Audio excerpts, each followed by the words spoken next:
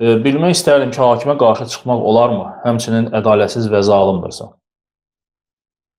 Hakimə qarşı olmaq çıxma, müsəlman hakimə qarşı. İstəyir adil olsun, istəyir zalım. Olmaz. Əhl-i sünnə bu məsələdə icmadır. İki rəy yoxdur. İstəyirdilər salsınlar, aramıza, sələfilərin arasında ki, iki dənə rəy var. Hətta halal görməkdə də iki dənə rəy var. Bütün bu söhbətlər var, bunun üzərindədir. Yoxdur. Bir dənə rəy var. Olmaz. Vəssalam. Hakimə qarşı çıxma olmaz. Bu əhl-i sünnə və cəmanın mənhəcidir. Kafir olar, kafir hakimi olar, lakin onun da şərtləri ağır.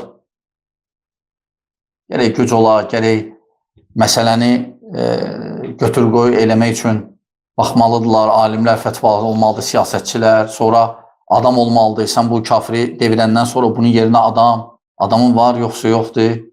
Bu balaca bir kənd deyil ki, bu dövlətdir. Dövlət idarə etmək hər adamın işi deyil.